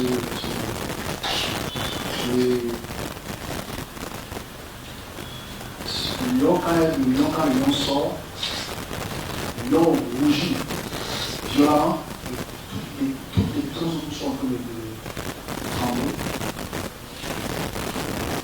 À l'arrière-plan, de la boîte, il a une très grande lumière, très grande lumière, une multitude de milliers d'esprits. Ça comme ça, ça commence le film, ça prend une autre place. Donc maintenant, cette petite domaine qui s'occupait derrière moi disait quelque chose qui m'a intrigué pendant beaucoup de temps. Mais c'est une illusion, c'est une illusion, c'est 3 ans. Et il disait, le film est prêt. Le film, moi j'entends le mot film, mais je vais définir ce qu'on appelle film. Okay? Parce que je mets tout ça comme un mystère, mais je vais vraiment définir ce qu'on appelle le film. Le film est prêt, le film est prêt. Que les secteurs d'écoute. Le film est prêt, le film est prêt. Empêchons la lumière de grandir avant qu'elle ne soit très forte. Multiplions-nous et empêchons la lumière de devenir très forte. Et le lion qui était devant rougit et prépare donc son armée de sa trompe et se dirige à la gauche. Il y avait un très grand portail. Le portail qui s'est ouvert dans cet endroit très lumineux de sombre. Des milliers et des milliers d'esprits sont sortis violemment pour empêcher que la lumière devienne forte. J'insiste sur le mot, empêcher que la lumière devienne forte. Et voilà un message qui est très simple à comprendre, qui peut déjà répondre à la question sur l'expression de ce qui est de Dieu ou pas de Dieu. Mais il faudrait qu'on puisse interroger intelligemment. Parce que l'expression que je donne est la représentation de tout ce que je dis outre cette expression. Il n'y a pas d'autre chose à passer. Et est-ce que cette expression que j'exprime à travers le monde se manifeste dans la population? Oui. Prenons sur cette expression. Empêchons la lumière de devenir grande et forte. L'insistance du film. En fait, quand on entend film, en fait, c'est que le mot F, c'est l'article en sumérien. C'est l'article. Donc, en fait, ça veut dire le Ilum. Le Ilum, ça veut dire, c'est le nom de la divinité. Parce qu'en fait, si tu prends le mot F, I-N-N, et que tu enlèves F qui est l'article, il y a ce Ilum. Ilum. Parce qu'en fait, il faut savoir que les noms sumériens ou sémitiques sont des consonantes. Okay? Il n'y a pas de voix, ce n'est pas de voyelle. Qui est une voyelle? Il n'y a pas de voyelle. Donc, c'est Ilum. Donc, Ilum, donc, c'est la divinité qu'on appelle le lion. Et je veux qu'on comprenne que les sémites de Dieu écoutent. totale possibilité.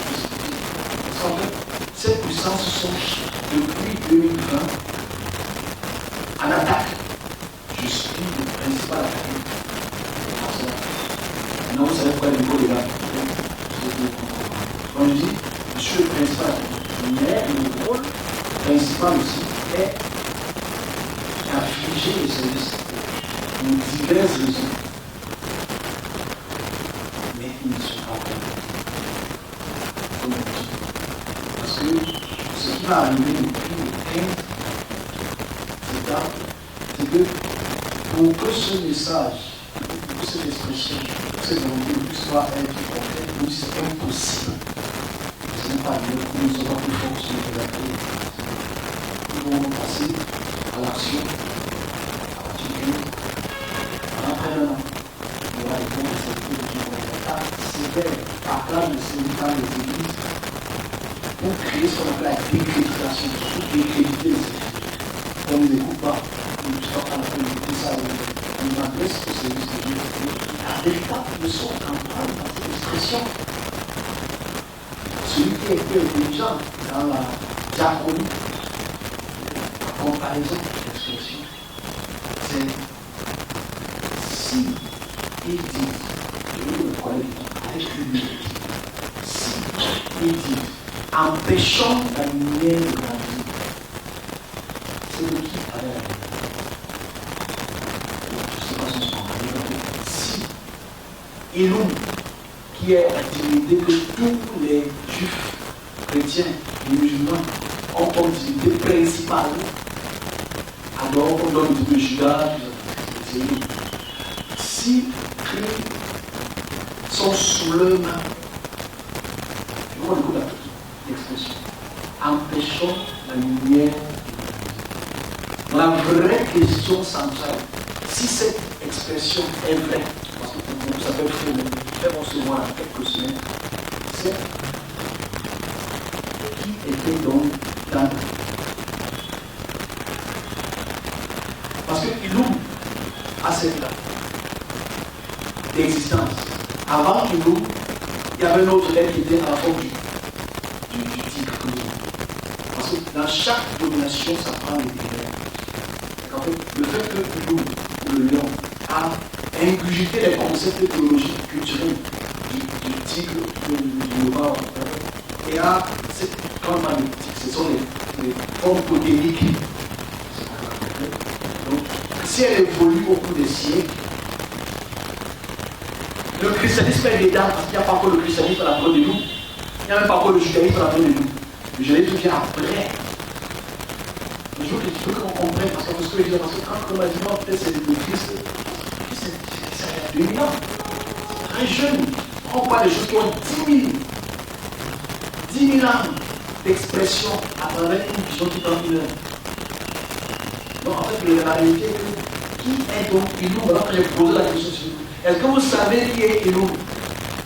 Parce que Iloum, qui est le lion, pour lequel on retrouve encore même ses écritures et ses appellations sur les murs, les temples à Nibour, on doit avoir une impression de ce qu'il demande. Qu'est-ce qu'il recommande? Il recommande les lois, c'est lui le donneur des lois. C'est lui qui a donné les lois à tous les dieux, à tous les rois de ces endroits. C'est lui qui a donné ces législations. Est-ce qu'on sait donc ce qu'on prie? Parce que je vais aller plus loin. Cette année-ci, le 21 mars, j'ai expliqué ça en avril. Le 21 mars, le service de Dieu entre encore dans le domaine du monde et voit des milliers. Comment je vais expliquer l'histoire, c'est que ça passe. Je vois des milliers et des milliers d'enclos. Des milliers d'enclos, je vois des hommes en masse. Dans des endroits, avant que tu ouvres un portail, il y a des centaines et des centaines et des centaines et des centaines de musulmans. C'est pas mal. Donc, un portail était ouvert, il y avait peut-être 5 à 6 puissances qui étaient devant. Donc, tu voyais la bataille du service. Et le domaine. Je ne vais pas entrer dans ça, c'est très long. La bataille n'était pas loin, c'était expéditif pour ouvrir un portail. Tu tu vois des milliers d'humains, depuis des générations qui ont adoré, et où c'est sous divinité. Voilà, la vraie question ici, est-ce qu'on sait qui est Elohim? Parce que Elohim, c'est elle. C'est la transpiration du nom elle. Elle, Elohim. Eloha, c'est Elohim. Donc les gens comprennent. Et je ne sais pas comment exprimer cela d'une meilleure façon, à part exprimer mon service de ce que je vois, de ce que j'entends, de ce que je préviens, ou l'information que je donne. Maintenant, voilà donc le monde depuis près de 5 à 6 ans, dans les mains, pas principalement parce qu'il y a des difficultés qui l'ont aussi dans d'autres régions du monde, mais elle a pris de l'amplitude. Depuis que la population démographique a augmenté, depuis que le christianisme est devenu christianisme, musulman c'est devenu musulman. Parce qu'en fait, sous Elohim, il y a plusieurs autres divinités. Oui, parce que Jésus n'est pas Elohim, c'est clair. Jésus n'est pas Elohim. Jésus est un sous-divinité. Parce que dans le christianisme, il y a beaucoup de christianisme, c'est différentes divinités. Il y a beaucoup de musulmans, c'est différentes divinités. Il y a beaucoup de Jésus, c'est différentes divinités. Mais Elohim est la puissance principale. Je veux que les gens apprennent qui est Elohim. Parce que la conclusion que je donne sur Elohim, c'est que Elohim impose ses rituels dans la bouche de tous ceux qui parlent. Elohim impose 3 choses. Je m'arrête là. Elohim impose l'adoration. Il impose que tu l'adores lui et lui. Ok? Je vais insister. Elohim même, parce que le Créateur ne veut pas que tu l'adores. Tu ne le connais pas. Qu'est-ce qu'il a à voir avec l'adoration? Ok? Elohim veut que tu l'adores. Et ses sous-divinités veulent que tu l'adores parce qu'il n'y a aucune divinité qui est sous Elohim qui n'a même pas Elohim. Elle. Que ce soit les musulmans, Allah, que ce soit les chrétiens, Elohim, que ce soit les juifs, Elohim. Tout cela l'adore, se met à genoux devant lui, prie, crie, danse, le tcha-tcha-tcha, comme il veut. Deuxième imposition qui dit, c'est le sacrificiel. Tous les cultes d'Elohim nécessitent une même forme rituelle de sacrifice. Ils demandent du sacrifice des animaux préférables des brebis. Parce que tu vas voir les brebis en Égypte. L'Égypte, c'est beaucoup plus de taureaux. Okay? C'est les brebis, les animaux. C'est ce qu'ils recommandent comme libation, l'aspersion de sang. Parce que Elohim a un très grand autel. L'autel d'Elohim est. Ouais. Est-ce que les anciens ont écouté? On ne peut pas faire un vidéo là. L'autel d'Elohim est tellement long. L'autel d'Elohim est rempli de feu. Lui-même, Elohim, c'est un lion qui est en flamme, en ébullition. Là, j'ai mis cette caricature là parce que c'est pas très proche. Mais il fait peur, Elohim. Elohim, il est immensement grand. C'est un feu. J'insiste sur le mot. Parce que le Créateur n'est pas le. J'insiste sur ce facteur. C'est vrai que c'est. Ah oui, on va. Donc forcément, sous l'autel d'Elohim, il y a des flammes, très grandes flammes, pour lesquelles les gens viennent déposer les libations. Et les libations que vous le faites à Elohim, ou à elle, ou à Elohim, c'est la même divinité. Toutes les croyances abrahamiques ont pour Dieu tutélaire Elohim. Caricaturalement et autres. Ça, c'est le deuxième point. Troisième point, le facteur qui est Elohim, c'est la représentation anthropomorphique qu'il impose. C'est qu'en fait, tous les cultes d'Elohim amènent à adorer un homme. Tous les cultes d'Elohim amènent à adorer un homme. Voilà les 3 caractéristiques de ce qu'on appelle Elohim, ou elle, ou Elohim.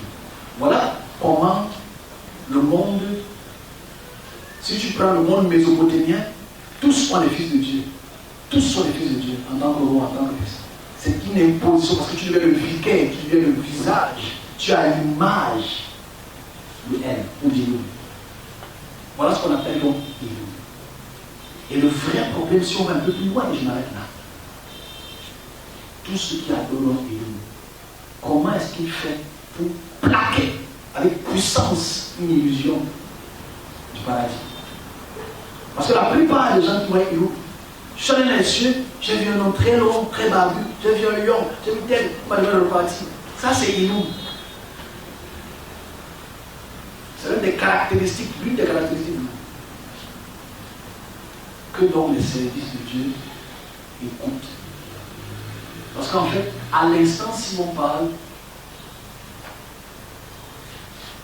où est-ce que les services de Dieu amènent les hommes et les femmes? Un petit message que j'ai passé sur le projet. J'ai pris la peine. Ça fait 3 ans que j'ai reçu ce message. Je prends la peine de l'exprimer. Ça. Ok, bon. Je ne pas ici. Dans les autres. Le message, je ne sais pas si ça va être possible de réaliser le message, hein, parce que je travaille ici. On fait ce qu'il bloqué. Ça va aller. Bon, je vais quand même donner le message. Je pense que quand même c'était le message. Ça concerne ces 2 petits messages que j'ai. Il y en a plusieurs, mais je peux donner 2 parce que les autres, on peut se calmer. Malheureusement. Ça concerne déjà, c'est le monde artistique, bien sûr, malheureusement. Le monde du showbiz, sportif et tout ce qui m'arrive. Ça, c'est sur 2 points. Ok, est-ce que j'ai vu sur la petite donc, première chose, ça concerne une athlète. Je souhaite que les gens qui sont sur le mouvement indiqués peut-être connaissent la fille. C'est une jeune dame, je l'ai vue. Il y a beaucoup de médailles dans le monde. Une jeune dame, très jeune, elle peut avoir la quinzaine, elle peut avoir 15-16 ans. J'espère que ce message va leur arriver, que si je peux l'aider, je vais l'aider. Parce qu'on va se demander de l'aider. Je ne sais pas comment je peux l'aider. Ça concerne, elle va être championne du monde. Elle va faire en sorte que le Cameroun soit très très fier. C'est l'étoile filante du Cameroun. J'ai suivi son nom, c'était Ngemaleu. Ngemaleu, avec un Cameroun, c'est Cameroun, je ne connais pas son nom. C'est comme ça, c'est Ngemaleu. Je souhaite que le ministre des Sports, quand elle va commencer à exploser dans quelques temps, soit bien possible qu'elle la connaît très bien et qu'elle ait quand même une athlète. Donc, si c'est vraiment le cas, je souhaite qu'elle va être la personne qui va transmettre le message. J'espère que ce soit le cas. Si c'est vraiment le cas, elle a besoin de prière, que ce soit ici ou à notre service, parce qu'elle va être une très bonne championne. Maintenant, est-ce que le ministère de Sport et de l'Éducation physique va l'aider? Parce que c'est ça le problème. On espère, je ne peux pas être pessimiste, que le ministère des Sports et de l'Éducation physique, quand elle va commencer à exploser, avec peut-être d'autres filles aussi comme elle, qui vont porter l'image du Cameroun très loin, vont être exploitées, vont être mises en disposition tout le matériel possible qu'elle puisse être la plus grande championne africaine du monde, parce que j'ai fait les cas et les détails. Et là, je me dis, elle s'appelle Gana. Comment Gana. Dis à ton pays, une somme. Donc, je dis, ok. Déjà, je ne sais pas qui elle est. Et j'espère qu'elle ne va pas la nationalité anglaise, française, américaine, parce qu'il n'y aura pas l'argent. Parce que c'est comme ça. Le problème. Là, c'est le 1. Le 2, ça concerne un artiste musicien. On aime beaucoup. Ça fait que revenir cet artiste musicien. C'est pas qu'est-ce qu'il faut qu'il fasse. Si vous connaissez son Facebook, passez ce message à cette personne. Je viens avec lui, je passe que le message. Il va lui arriver quelque chose de très grave, très tragique. Ce musicien que tout le monde a dansé dans les années 90. Ça fait 3 fois. Est-ce qu'il peut prier pour ça, je suppose? Est-ce qu'il peut aller dans l'église? dans un lieu où il y a vraiment la puissance, j'espère, des idées. Il faut qu'il fasse attention. Si son outil, vous connaissez, c'est plus facile. Parce que même jusqu'à hier, on se fait la répétition. Si vous le connaissez, si vous savez, c'est vraiment très sympathique. Mais est-ce que c'est parce qu'il a encore la CMC, la musique à quoi on va le finir? Je dis, si ce message peut lui arriver, faites attention à son entourage, parce que c'est bon le fait qu'il te répète. Répéter. Je ne peux rien faire pour ça. Maintenant, s'il peut prendre du recul, prier pour ça, il est très fort probable que ce soit changé. Monsieur Dédé, écoute ce message. Vérifie avant tout ce que je dis ailleurs, peut-être tu as un doute. Si tu as un doute, je vais quand même passer le message. Tu es un leader d'une société. J'espère que le message va. Troisième point, dernier point, avant qu'on puisse prier. Ça concerne toujours le Cameroun, mais une personnalité camerounaise. Une personnalité camerounaise du littoral qui est dans les hauteurs qui est dans la haute sphère du gouvernement. Une personnalité très importante du gouvernement, qui est Sawa du littoral. C'est une très très grande. C'est lui des chefs. Du prestige. C'est pour tout cela. Sawa, ne pas dire Sawa, ne pas dire Betty, ne pas dire Sawa. Tous les chefs sont venus à son œuvre. Très peu de personnes. Je dis, la personne a un certain âge aussi. Donc, est-ce qu'il faut qu'il ait sa santé? J'espère. Je veux le nom.